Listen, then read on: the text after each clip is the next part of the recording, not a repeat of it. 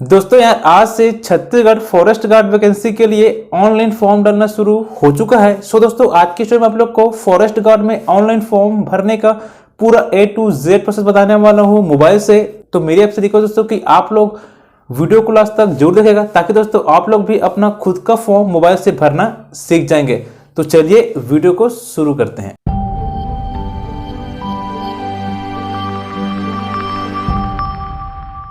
Forest guard में form भरने के लिए सबसे पहले तो आपको अपने मोबाइल फोन के क्रोम ब्राउज़र को ओपन कर लेना है।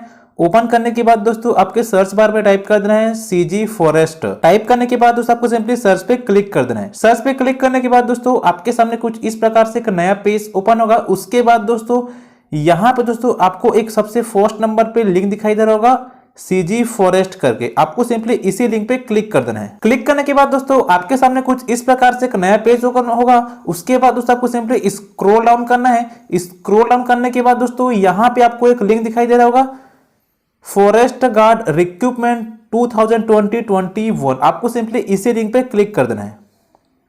क्लिक करने के बाद दोस्तों आपके सामने कुछ इस प्रकार से एक नया पेज ओपन होगा। उसके बाद दोस्तों आपको सिंपली स्क्रॉल डाउन करना है। स्क्रॉल डाउन करने के बाद दोस्तों यहाँ पे आपके सामने एक लिंक दिखाई दे रहा होगा ऑनलाइन एप्लीकेशन फॉर्म करके, आपको सिंपली इस पर क्लिक कर देना है। क्लिक करने के बाद दोस्तों आपके सामने फिर से एक नया पेज ओपन होगा। दोस्तों इस वेबसाइट का डायरेक्ट लिंक मैं आप लोग को वीडियो के डिस्क्रिप्शन पार्ट में दे दूंगा। आप जो है डायरेक्ट डिस्क्रिप्शन पार्ट में जाके इस वाले पेज पे पहुंच सकते हैं। उसके बाद दोस्तों आपके सामने कुछ इस प्रकार से इसका इंटरफेस शो होगा। दोस्तों सबसे पहले तो आपको अपने मोबाइल फोन को डेस्कटॉप साइड में कर लेना है, जिसके लिए आपको सबसे पहले राइट हैंड साइड के सबसे ऊपर में 3 डॉट दिखाई दे रहा होगा, आपको यहाँ पे क्लिक कर देना है। क्लिक करने के बाद दोस्तों यहाँ से जो है आपको डेस्कटॉप साइट वाले ऑप्शन को क्लिक कर देना है। क्लिक करने के बाद दोस्तों आपका मोबाइल कुछ इस प्रकार से डेस्कटॉप साइट में शो करेगा। उसके बाद दोस्तों आपको सिंपली थोड़ा सा जूम करना है। जूम करने के बाद दोस्तों आपको सबसे फर्स्ट में तो रजिस्ट्रेशन करना पड़ेगा। तो यहाँ पे दोस्तों आपको जो है अपना नाम डाल देना है। दोस्तों आपको आपके नाम 12वीं के मार्कशीट के अनुसार डाल देना है। जैसे आपके 12वीं में नाम लिखा होगा उसी के अकॉर्डिंग आपको यहाँ पे भर देना है। नाम डालने के बाद दोस्तों नेक्स्ट स्टेप में जो है आपको यहाँ पे एक मोबाइल नंबर डाल देना है। मोबाइल नंबर डालने के बाद दोस्तों आपको जो है नेक्स्ट स्टेप में ईमेल आईडी डाल देना है। ईमेल आईडी डालने के बाद दोस्तों नेक्स्ट स्टेप में जो है आपको यहाँ पे एक पासवर्ड बना लेना है। दोस्तों पासवर्ड जो है आपके अल्फाबेटिक होना चाहिए, न्यूमेरिक होना चाहिए और स्पेशल कैरेक्टर की होनी चाहिए। जैसे कि दोस्तों आपको स्क्रीन में शो हो रहा होगा, इसी फॉर्मेट में जो है आपको एक पासवर्ड तैयार कर लेना है। पासवर्ड बनाने के बाद दोस्तों यहाँ पे जो है आपको एक कैप्चा कोड दिखाई दे रहा होगा, इस कैप्चा कोड को यहाँ पे जो है भर देना है। और सभी डिटेल को भरने के बाद दोस्तों लास्ट में आपको जो सबमिट पे क्लिक कर देना है। चलिए मैं आप लोग को सभी डिटेल को भर के दिखाता हूँ। सभी डिटेल को भरने के बाद दोस्तों लास्ट में आपको जो सबमिट पे क्लिक कर देना है। सबमिट पे क्लिक करने के बाद दोस्तों आपके रजिस्टर्ड मोबाइल नंबर पे एक OTP आएगा, उस OTP को यहाँ पे जो है डाल देना है। OTP नंबर को डाल देने के बाद दोस्तों ये आपको यहाँ पे वेरीफाई पे क्लिक कर देना है। वेरीफाई पे क्लिक करने के बाद दोस्तों आपके सामने कुछ इस प्रकार से एक नया पेज ओपन। उसके बाद दोस्तों यहाँ पे जो है कुछ इंपॉर्टेंट इंस्ट्रक्शंस दिए हुए हैं। आप लोग फॉर्म भरने से पहले इन सभी इंस्ट्रक्शंस को ध्यान से पढ़ लीजिए। जैसे दोस्तों यहाँ पे फर्स्ट में इंस्ट्रक्शन दिए हैं कि यदि अभ्यर्थी बस्तर एवं सरगुजा के अंतर्गत आने वाले जिले तथा कोरबा जिले के अंतर्गत आने वाले वन मंडल के लिए आवेदन करना चाह रहे हैं तो अभ्यर्थी का उसी जिला का निवास होना अनिवार्य है। दोस्तों यदि आप लोग बस्तर या फिर सरगुजा संभाग के अंतर्गत आने वाले जिले या फिर आप कोरबा जिले के अंतर्गत वन मंडल के लिए आवेदन कर रहे हैं तो दोस्तों आपको उसी जिला के निवासी होना चाहिए। केवल दोस्तों यही जिले के ही अभ्यर्थी इस वन मंडल में आवेदन कर सकते हैं, इस बात को आपको ध्यान में रखना होगा। उसके बाद दोस्तों सबसे फर्स्ट में तो यहाँ पे दोस्तों वन मंडल चुनने पे क्लिक कर देना है और यहाँ पे दोस्तों आपको जो है आपके जिला या फिर आप जिस भी वन मंडल से फॉर्म भरना चाहते हैं उसका चयन कर लीजिए। चयन करने के बाद दोस्तों आपके सामने कुछ इस प्रकार से पेज ओपन होगा। फिर दोस्तों यहाँ पे सबसे फर्स्ट में आपको आपके पर्सनल इंफॉर्मेशन को भर देना है। दोस्तों पर्सनल इंफॉर्मेशन इस प्रकार से आपको इसको भर देना है। जैसे कि दोस्तों सबसे फर्स्ट में आपको आपके नाम को भर देना है और दोस्तों सभी डिटेल को आपको इंग्लिश में भरना है। जैसे कि सबसे फर्स्ट में आपका नाम यहाँ पे ऑटोमेटिक आ जाएगा। उसके बाद दोस्तों नेक्स्ट स्टेप में आपको आपके पिताजी का नाम को यहाँ पे डाल देना है। दोस्तों आपके पिताजी का नाम आपको आपके 12वीं के मार्कशीट के अनुसार भर देना है। पिताजी का नाम डालने के बाद दोस्तों नेक्स्ट स्टेप में जो है आपको आपके माताजी का नाम को भर देना। दोस्तों माताजी का नाम को भी आपको आपके 12वीं के मार्कशीट के अनुसार भर देना है। माताजी का नाम डालने के बाद दोस्तों नेक्स्ट स्टेप में आपको आपके डेट ऑफ बर्थ को यहाँ पे भर देना है। डेट ऑफ बर्थ भरने के बाद दोस्तों नेक्स्ट स्टेप में आपको आपके 10वीं की मार्कशीट को अपलोड कर देना। दोस्तों मार्कशीट का जो साइज है वो 2 MB से ज्यादा नहीं होना चाहिए। सबसे पहले तो आपको आपके मार्कशीट को अपने मोबाइल में खींच के रख लेना है। खींचने के बाद दोस्तों आपको उसके साइज को कम कर देना है। साइज कम करने के लिए दोस्तों आपको एक एप्लीकेशन को डाउनलोड कर लेना जिसका नाम है क्यू रेड्यूस, जिसके लिए आपको आपके मोबाइल फोन के प्ले स्टोर में चले जाना है। प्ले स्टोर में जाने के बाद दोस्तों सर्च बार में आपको टाइप कर देना है क्यू रेड्यूस। टाइप करने के बाद दोस्तों आपके सामने ये वाला दोस्तों एप्लीकेशन आ जाएगा। आपको सिंपली दोस्तों इसी वाले एप्लीकेशन को डाउनलोड कर देना है। दोस्तों इस एप्लीकेशन का मैं लिंक वीडियो के डिस्क्रिप्शन पार्ट में दे दूंगा। आपको सिंपली इसको इंस्टॉल कर लेना है। इंस्टॉल होने के बाद दोस्तों यहीं से आप जो है डायरेक्ट इसको ओपन कर दीजिए। ओपन करने के बाद दोस्तों सबसे फर्स्ट में आपको चूज फोटो पे क्लिक कर देना है और आपको दोस्तों मार्कशीट को सेलेक्ट कर लेना है। सेलेक्ट करने के बाद दोस्तों आपके सामने आपका मार्कशीट इस प्रकार से शो करेगा। उसके बाद दोस्तों नीचे में जो है यहाँ पे एक कंप्रेस साइज लिखा हुआ आएगा। दोस्तों यहाँ पे जो है आपको साइज जो है डाल देना है। दोस्तों साइज जैसे कि आपको पता है कि मार्कशीट का जो साइज है वो 2 MB से ज्यादा नहीं होना चाहिए। तो मैं यहाँ पे दोस्तों डाल देता हूँ 1300 KB। उसके बाद दोस्तों यहाँ पे जो है आपको दोस्तों कंप्रेस पे क्लिक कर देना है। कंप्रेस करने के बाद दोस्तों आप डायरेक्ट यहाँ से सेव कर दीजिए। ये आपके गैलरी में सेव हो जाएगा। उसके बाद दोस्तों आपको सिंपली उसी वाले लिंक पे फिर से चले जाना है। जाने के बाद दोस्तों आपको अपलोड करने के लिए चूज फाइल पे क्लिक कर देना है। क्लिक करने के बाद दोस्तों यहाँ से जो है आपको आपके मार्कशीट को सेलेक्ट कर लेना है। मार्कशीट सेलेक्ट करने के बाद दोस्तों ये कुछ देर तक प्रोसेस लेगा। अपलोड होने के बाद दोस्तों यहाँ पे जो है व्यू फाइल का ऑप्शन आ जाएगा। इस प्रकार दोस्तों ये अपलोड हो जाएगा। दोस्तों यदि आपका फोटो अपलोड नहीं होता तो इस प्रकार से ऑप्शन नहीं आएगा। यदि आपकी फोटो की साइज 2 MB से कम होती है तो ये अपलोड हो जाएगा। यदि ज्यादा होती है तो वो अपलोड नहीं होगा। अपलोड करने के बाद दोस्तों नेक्स्ट स्टेप में आपको यहाँ पे आपके कैटेगरी को सेलेक्ट कर लेना है कि आप ST SC OBC किस कैटेगरी से बिलोंग करते हैं। कैटेगरी सेलेक्ट करने के बाद दोस्तों नेक्स्ट स्टेप में आपको आपके जाति प्रमाण पत्र को भी अपलोड कर देना है, जिसके दोस्तों आपको सिंपली यहाँ पे चूज फाइल पे क्लिक कर देना है। दोस्तों जाति प्रमाण पत्र का जो साइज है वो दोस्तों 2 MB से ज्यादा नहीं होना चाहिए। दोस्तों इसका भी साइज को आप उसी प्रकार से कम कर सकते हैं जिस प्रकार से आप 10वीं की साइज को कम किए हैं। आपको सिंपली चूज फाइल पे क्लिक कर देना है। प्रोसेस लेने के बाद दोस्तों ये इस प्रकार से अपलोड हो जाएगा। इसका भी दोस्तों व्यू फाइल का ऑप्शन आ गया। इसका मतलब ये अपलोड हो चुका है। पर्सनल डिटेल फिल करने के बाद दोस्तों नेक्स्ट स्टेप में यहाँ पे दोस्तों आपको जो है आपके स्थायी पता को यहाँ पे पूरा डाल देना है कि आप कहाँ रहते हैं।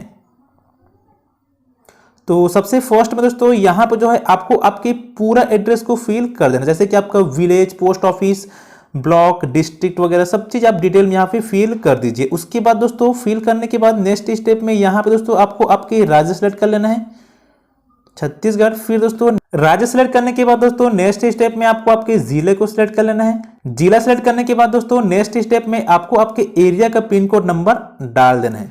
एरिया का पिन कोड नंबर डालने के बाद दोस्तों नेक्स्ट स्टेप में आपसे पूछा जा रहा है कि क्या आपका स्थायी पता एवं डाक व्यवहार का वर्तमान पता एक ही है। दोस्तों यदि आपका है तो यस कर दीजिए, अन्यथा नो पे टिक कर दीजिए। जैसे कि मैं यहाँ पे यस कर देता हूँ। यस करने के बाद दोस्तों आपका जो है परमानेंट एड्रेस कंप्लीट हो जाएगा। उसके बाद दोस्तों नेक्स्ट स्टेप में यहाँ पे दोस्तों आपको जो है आपके डाक व्यवहार का वर्तमान पता ऑटोमेटिक यहाँ पे दोस्तों फिल हो जाएगा। यदि आप लोग यस करते हैं तो ये ऑटोमेटिक फिल होगा। यदि दोस्तों नो करते हैं तो आपको इसको मैनुअली डालना पड़ेगा।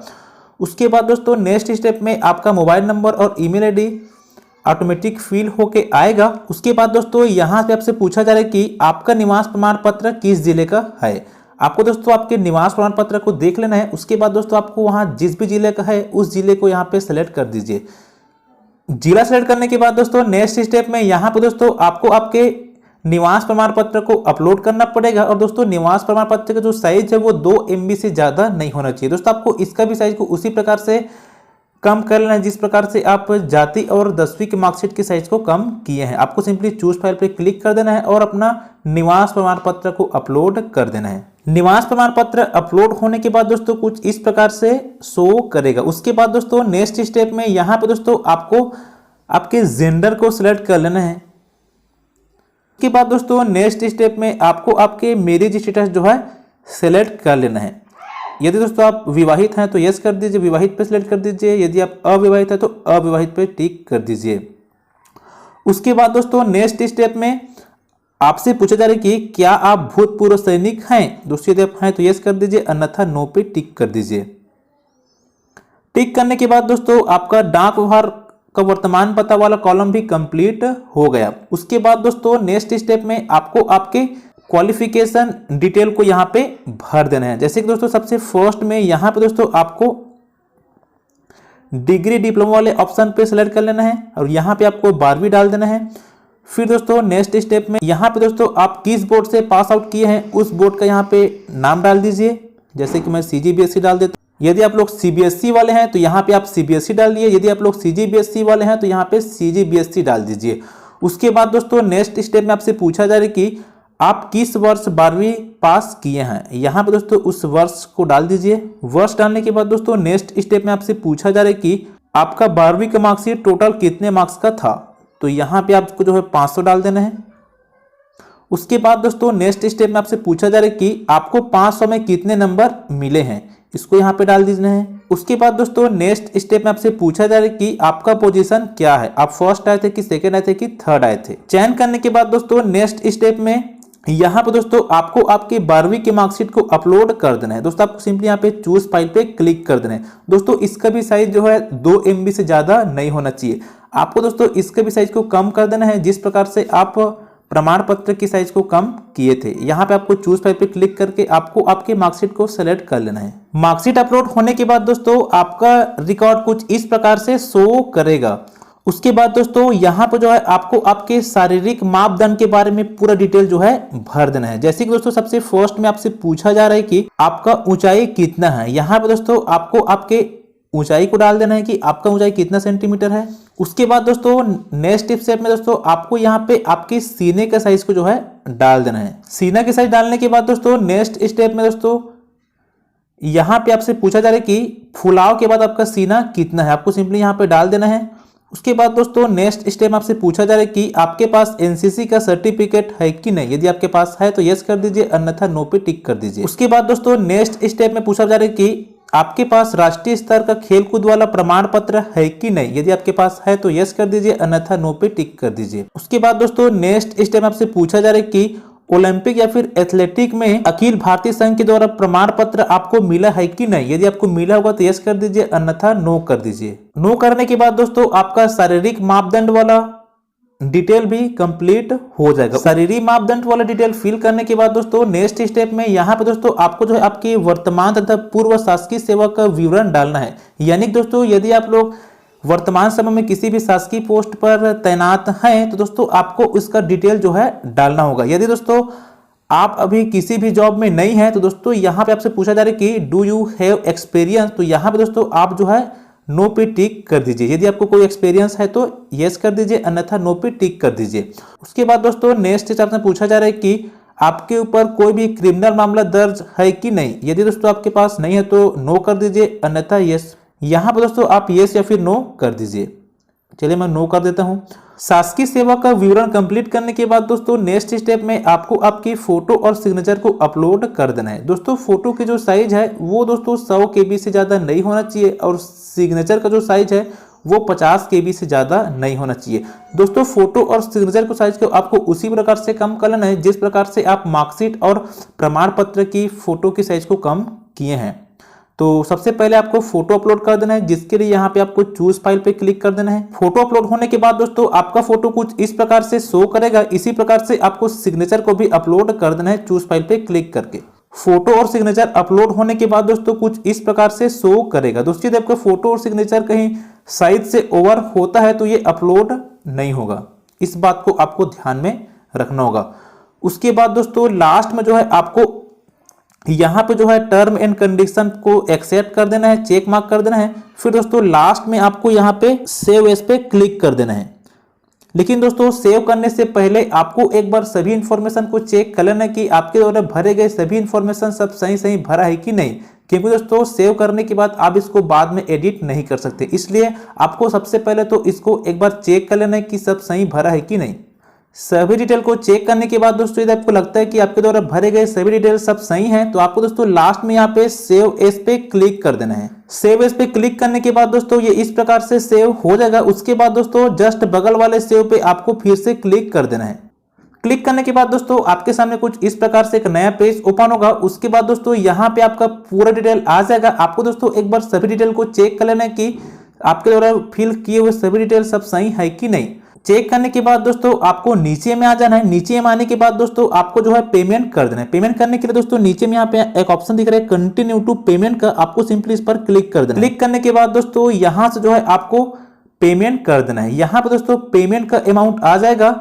उसके बाद दोस्तों पेमेंट करने के लिए यहाँ पे दोस्तों एक ऑप्शन दिख रहा है पे नाउ का, आपको सिंपली इस पर क्लिक कर देना है। पे नाउ पे क्लिक करने के बाद दोस्तों आपके सामने कुछ इस प्रकार से एक नया पेज ओपन होगा। उसके बाद दोस्तों सबसे फर्स्ट में तो यहाँ पे दोस्तों आपको अपना बिलिंग इन्फॉर्मेशन के पूरा डिटेल को एक बार फिल कर देना है। दोस्तों यदि ये ऑटोमेटिक फिल होके आएगा तो आपको इसको फिल नहीं करना है। लेकिन दोस्तों यदि आपका सिटी और स्टेट नेम कहीं नहीं आता तो दोस्तों आपको इसको फिर से जो है फिल करना होगा। बिलिंग इन्फॉर्मेशन भरने के बाद दोस्तों पेमेंट करने के लिए आपके पास बहुत सारा ऑप्शन है। आप क्रेडिट कार्ड से कर सकते हैं, डेबिट कार्ड से कर सकते हैं, नेट बैंकिंग से कर सकते हैं और दोस्तों पेटीएम से पेमेंट कर सकते हैं। चलिए मैं आप लोग को डेबिट कार्ड से पेमेंट करके दिखाता हूं। तो दोस्तों यहाँ पे मैं डेबिट कार्ड वाले ऑप्शन पे क्लिक कर देता हूं। क्लिक करने के बाद दोस्तों सबसे फर्स्ट में यहाँ पे दोस्तों आपको आपके डेबिट कार्ड का नंबर डाल देना है।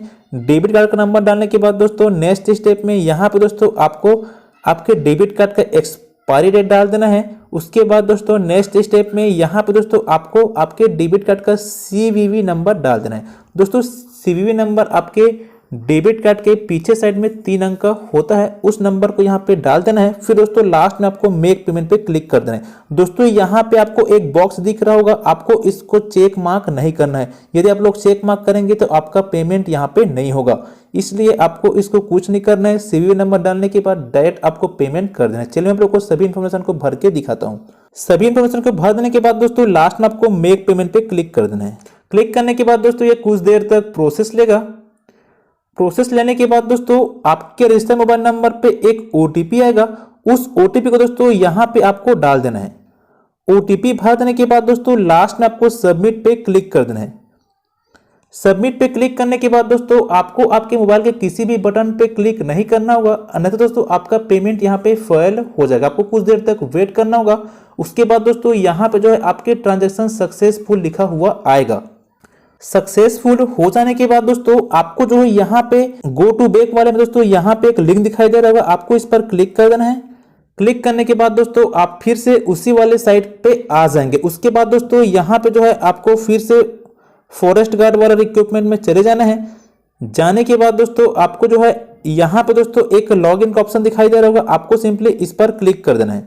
क्लिक करने के बाद दोस्तों आपको सबसे पहले तो इसको डेस्कटॉप साइड में कर लेना है। उसके बाद दोस्तों यहाँ से जो है आपको लॉगिन कर लेना है। दोस्तों लॉगिन करने के लिए सबसे पहले तो आपको आपके मोबाइल नंबर डाल देना है और दोस्तों पासवर्ड डाल देना। दोस्तों पासवर्ड आपको उसी पासवर्ड को डालना है जो आपने रजिस्ट्रेशन करते समय बनाए थे। दोस्तों आपको उसी पासवर्ड को जो डाल के लॉगिन कर लेना। दोस्तों लॉगिन करते ही आपके सामने प्रिंट आउट का ऑप्शन आ जाएगा, फिर आप जो है प्रिंट आउट निकाल सकते हैं।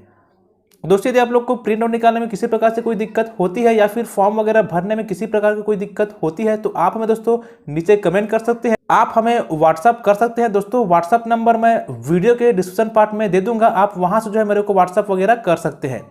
यदि आपको वीडियो अच्छा लगे तो वीडियो को लाइक कर देना। यदि आपके मन में कोई सवाल है दोस्तों आप हमें नीचे कमेंट करके पूछ सकते हैं।